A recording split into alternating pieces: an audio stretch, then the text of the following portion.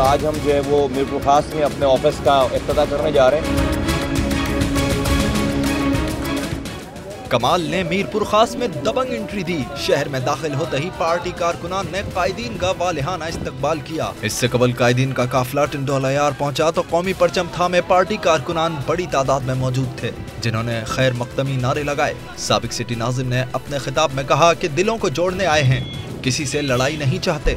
चाहे वो शिया, सुन्नी, देवबंदी, बरेलवी, चाहे वो किसी भी जुबान बोलने वाला हो, हम अपने ख्यालात पे काम रहेंगे, दूसरों को दावत देंगे, लेकिन भाई से लड़ेंगे नहीं।